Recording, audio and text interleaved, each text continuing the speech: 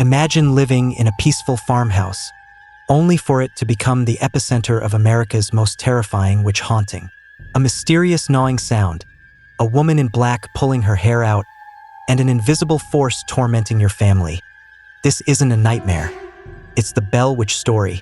Stick around as we uncover the haunting that still sends chills through Tennessee to this day. Late one evening in a small home nestled in the heart of Tennessee, four young brothers were fast asleep in their shared bedroom. Suddenly, a peculiar noise broke the silence, a rhythmic gnawing sound that seemed to be coming from one of the bedposts. Intrigued and slightly uneasy, the two eldest brothers slipped out of bed to investigate. But the moment their feet touched the wooden floor, the noise ceased entirely.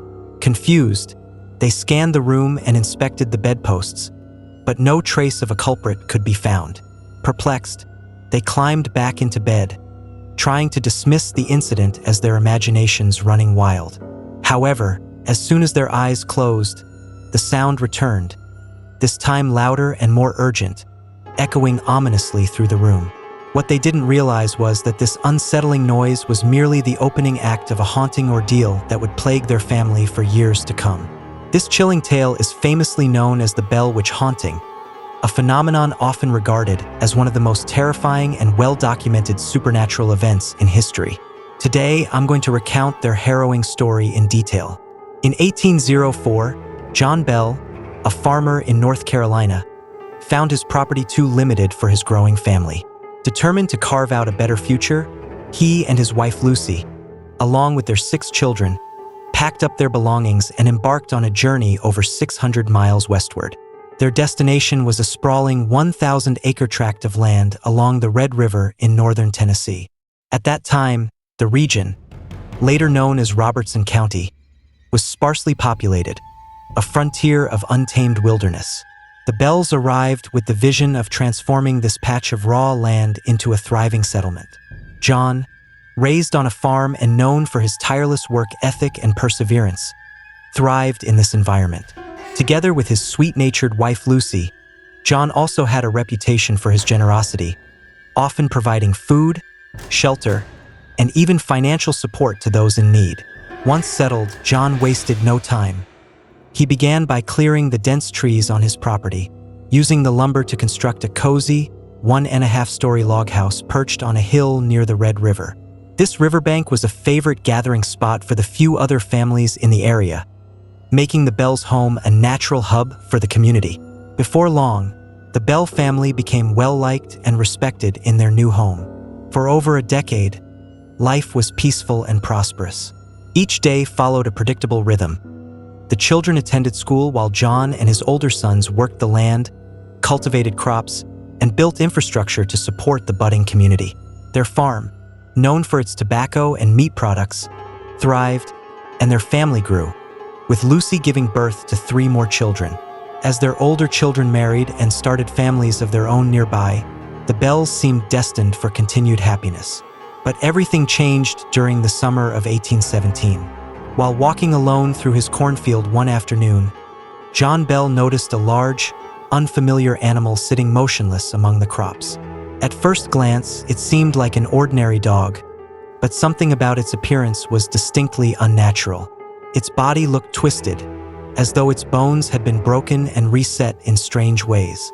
Its size was far beyond that of a typical dog, resembling a wolf more than anything else. But what unsettled John most was its eyes, which stared at him with an unervingly human intensity. Feeling a rising sense of unease, John raised his rifle and fired. The creature bolted, disappearing into the distant forest. Determined to investigate, John approached the spot where the animal had been sitting, expecting to find evidence of its presence. Flattened corn stalks, paw prints, or even a blood trail. To his bewilderment, the ground showed no signs that anything had been there. No tracks led to or from the area, leaving John completely puzzled. Convinced he was overthinking the encounter, John dismissed it as an unusual but harmless incident. Shortly after John Bell's unsettling encounter with the mysterious creature in his cornfield, his family began experiencing an array of strange and inexplicable occurrences at their home. At first, these incidents were relatively minor. a persistent knocking sound that seemed to come from the walls of their house during the night. The eerie tapping noises would echo through the silence, startling the family awake. But whenever they attempted to locate the source of the sound, it would abruptly stop. And just as they settled back into bed, it would start again, this time emanating from a different side of the house. It was as though an unseen presence was encircling their home, playing a disturbing game of cat and mouse. John Bell, initially skeptical that anything supernatural was at play, believed it was the work of a prankster hiding out in the surrounding woods. Convinced someone in town was behind these nocturnal disturbances, he instructed his family to keep quiet about the knocking, hoping the culprit would return so he could catch them red-handed. However, as the weeks went by, the tapping continued unabated. Despite John's repeated efforts to confront the unseen intruder, waiting silently for hours and rushing outside at the first sound, he found no one. No footprints, no marks, no evidence of any kind. What started as a minor annoyance soon grew into a troubling mystery. But the knocking was only the beginning. What followed was far more disturbing. One May evening in 1818, roughly a year after John's cornfield encounter, his 4 sons were fast asleep in their shared bedroom. The peaceful silence of the night was shattered by a peculiar sound, like the frenzied gnawing of a rat on one of their bedposts. Startled awake, the 2 older boys, who slept on the lower bunks, climbed out of bed to investigate. Yet, the moment their feet touched the wooden floor, the sound vanished. They searched the room thoroughly, examining the bedposts and every corner of the room, but found no sign of a rodent or any other source of the noise. Mystified, they climbed back into bed. But as soon as they closed their eyes, the gnawing began again, this time louder, more desperate. It was as though something was determined to chew its way through the wooden bed frame. Once again, the boys leapt from their beds, only for the sound to abruptly stop. Despite their exhaustive search, they found nothing, no marks, no evidence of an intruder. The cycle repeated throughout the night, leaving the boys too unnerved to sleep. By the 3rd night, the strange noises escalated further. The boys, already sleep-deprived and on edge, began hearing a new and even more unsettling sound. From beneath their beds came the unmistakable noise of labored breathing, deep, desperate gasps, as if someone was choking or struggling for air. The sounds were accompanied by the disturbing smack of lips and frantic clawing noises. Paralyzed with fear, the 2 older boys finally summoned the courage to confront whatever was lurking beneath them. But as before, the moment they moved, the room fell eerily silent. This time, however, their fear outweighed their curiosity. Instead of attempting to return to bed, they woke the rest of the family.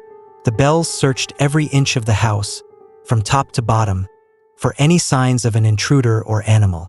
But their efforts turned up nothing. There were no scratch marks, no footprints, no evidence of a rat or any other creature. Until this point, the Bell family had kept their unsettling experiences to themselves.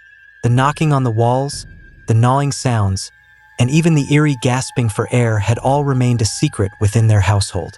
Part of this silence stemmed from John Bell's insistence on catching the culprit. He believed someone was deliberately tormenting them, and he didn't want word spreading and tipping off the perpetrator. But another reason was that the family feared ridicule. Who would believe such bizarre occurrences? However, after enduring sleepless nights filled with horrifying sounds, the family could no longer keep the secret. The children were too frightened to sleep, and their exhaustion was palpable. Reluctantly, John confided in a trusted neighbor, someone he had known for years. John, a man of integrity and few words, had never been one to exaggerate or entertain fanciful ideas. Hearing John's account, the neighbor took him at his word and offered to spend the night at the Bell house to witness the phenomena firsthand. That evening, the neighbor joined the Bell family, and it wasn't long before the strange noises began.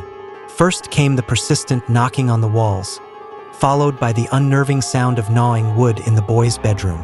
Finally, the horrifying gasping and gulping echoed through the room. Terrified, the neighbor fled in the middle of the night, unable to endure the ordeal. His hasty departure marked a turning point. Word of the Bell family's plight quickly spread throughout Robertson County. The response from the community was surprisingly supportive. The Bells had always been respected for their kindness and contributions to the settlement, and now the townspeople rallied around them. Volunteers began taking turns spending the night at the Bell household, hoping their presence would deter whatever was tormenting the family.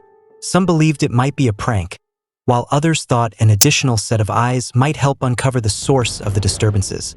But night after night, the sounds persisted, defying all logic. Visitors would hear the mysterious noises themselves and leave just as perplexed as the Bells. Speculations ran wild. Some blamed John's youngest daughter, theorizing she sought attention. Others believed a disgruntled local was targeting the family.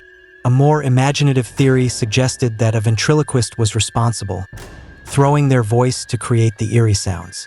Despite thorough searches of the house and constant monitoring of each family member, no explanation emerged. Meanwhile, John Bell's health began to deteriorate in troubling ways. Once known for his sharp focus and lively conversations, John became increasingly detached. During conversations, he would suddenly go still, his eyes glazing over and his jaw slackening. At first, these moments were brief and minor, with only subtle twitches around his eyes. But over time, the episodes worsened. His face would contort, his jaw quivering uncontrollably, and his eyes blinking erratically. When the episodes subsided, John would silently retreat to his bedroom, where he would sit for hours, staring blankly at the wall. He stopped eating, drinking, and engaging with his family. The Bells felt trapped in their own home, surrounded by an invisible force they couldn't understand or escape. Fear and despair hung over the household like a cloud, leaving the family emotionally and physically drained. In the town, suspicion fell on a neighbor named Kate Batts. Known for her eccentricity, Kate was an unpopular figure. Her life had been marked by tragedy. Her husband was disabled, and her children had all died young.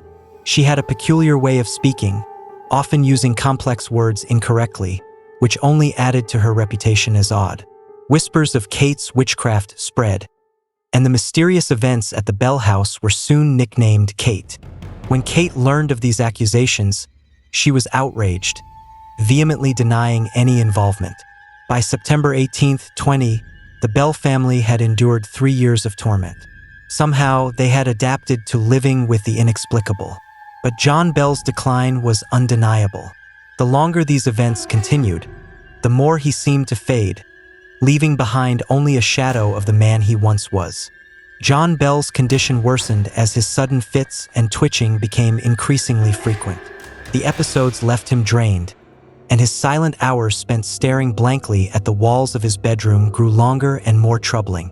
In private, he confessed to his wife, Lucy, his haunting belief that he was being slowly and deliberately tormented to death by an unseen force. One day, as John's health declined further, his daughter Esther left the house to gather eggs from the henhouse across the road. The path to the henhouse was a familiar one, but as Esther walked, she heard soft footsteps behind her. Turning, she saw a woman dressed entirely in black, her head bowed, slowly making her way down the road Esther had just crossed. The sight was puzzling. Esther had not noticed the woman until that moment, though the road had been empty when she first set out. Assuming the figure to be a neighbor, she dismissed the thought and continued to the henhouse. Once inside, she quickly filled her basket with eggs and headed back outside. When she returned to the road, Esther saw the same woman in black, still walking toward the Bell house. The woman was now closer, her slow and deliberate steps drawing her nearer. Esther's curiosity grew. She called out a friendly greeting, but the woman showed no sign of hearing her. She didn't lift her head or acknowledge Esther's presence in any way. Perplexed, Esther quickened her pace, trying to catch up to the woman. She called out again, her voice louder this time, but still received no response. As she drew nearer, she began to feel uneasy. The road was empty except for the two of them, and the woman's silence and demeanor were unsettling. Finally, Esther stopped in her tracks, staring at the woman's back. Almost immediately, the woman halted as well. Without turning, She reached up and removed the bonnet from her head, letting it fall to the ground. Her matted black hair tumbled down her back in tangled strands. Esther watched in shock as the woman began running her fingers through her hair, at first slowly, as if combing it, but then faster and more frantically. The motion became so rapid it defied belief, and with growing horror, Esther realized the woman wasn't combing her hair. She was tearing it out. The sound of hair being ripped from the scalp reached Esther's ears, and she saw clumps of it falling to the ground around the woman. Frozen with fear, Esther turned and bolted back to the house, not daring to look at the woman again. Once inside, she locked the door and frantically called for her sister. Together, the two of them peered out the front window. To their horror, the woman was still there, standing in the road, continuing to pull out her hair. As Esther made eye contact with her, the woman suddenly froze. She slowly lowered her hands, her gaze fixed unblinkingly on Esther. The air felt thick with dread. Then, without a word, the woman turned and began walking toward the side of the property, disappearing from view. Panicked, Esther and her sister ran to another window, following the woman's movements. They watched as she climbed over a fence and entered a small grove of trees on the Bell property. Behind her, 3 children, whom neither Esther nor her sister had seen before, appeared, trailing her in single file. The woman and the children walked into the trees, their movements eerily synchronized. What happened next defied explanation. One by one, the woman and the children climbed into separate trees, their faces turned toward the house. Once perched, they began to sway, causing the trees to bend unnaturally left and right, as if caught in a violent windstorm. Esther and her sister stood frozen, overwhelmed by the bizarre sight. At that moment, Esther's husband entered the house. She yelled for him to come to the window, desperate for him to see what they were witnessing. But when he looked out, all he could see were the trees swaying. The woman and the children were nowhere to be seen. Esther and her sister stood frozen in disbelief as their husband's confusion added to the chaos. He couldn't see the terrifying scene unfolding outside the window. The woman and the children swaying eerily in the trees were invisible to him, but Esther and her sister saw every horrifying detail. Their rising panic turned to frantic screams as they tried to explain what was happening. Overwhelmed, the trio bolted from the window, dashed out the back door, and ran toward the grove of trees. But when they arrived, the woman and the children were gone. The air was still, and the ground showed no evidence that anyone had been there. In October 18, 20, not long after this chilling encounter, John Bell and one of his sons were walking across their farm when John abruptly stopped. Without warning, he threw his hands up to his face as if shielding himself from an unseen attacker. Then, his body contorted grotesquely, his back arching at an unnatural angle, so extreme it seemed his spine might snap. His son, stunned and unsure of what to do, ran to him and tried to pull him upright. Suddenly, a piercing shriek tore through the air. The sound was so loud and unearthly that it froze the son in his tracks. Then, as abruptly as it began, the ordeal ended. The shrieking ceased, the air grew silent, and John collapsed to the ground, seemingly back to normal but deeply shaken. John's son helped him up, noticing tears streaming down his father's face. Through his sobs, John whispered, "I don't have much time left." The two walked back to the house in silence, John retreating to his bed, where he stayed. Weeks later, on the morning of December 19, 1820, John failed to come down for breakfast. Concerned, his family went to his room to check on him. They found him still in bed, breathing but completely unresponsive. No matter what they tried, they couldn't wake him.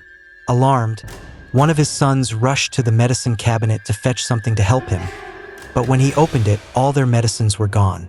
In their place was a peculiar glass vial containing a dark, smoky liquid that no one in the family recognized. Desperate, the Bells called for a doctor. When the physician arrived, he examined John but couldn't explain his condition.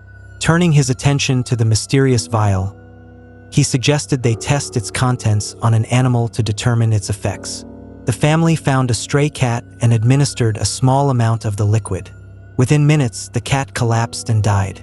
Horrified, the Bell family insisted they had no idea how the vial ended up in their home or what it contained.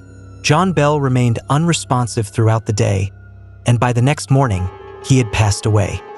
His death marked the end of the family patriarch and, strangely, the cessation of most of the unexplained phenomena that had plagued the Bell household for years. Although the disturbances largely subsided, townsfolk occasionally reported seeing mysterious lights hovering around the Bell property. Others claimed to hear a melodic, sing-song voice drifting eerily through the air near the land. Lucy Bell, John's widow, continued to live in the house until her death in 1838. Today, the Bell house is long gone, leaving no trace of the harrowing events that once transpired there. However, an underground cave on the property endures, and locals insist it is the origin of the malevolent force that tormented the Bell family. And that's the haunting tale of the Bell Witch, an unsolved mystery that has left its mark on American folklore. Was it a ghost, a curse, or something far more sinister? Let us know your theories in the comments below. Don't forget to like, subscribe, and hit the bell icon, because you never know when another chilling story might haunt your feed.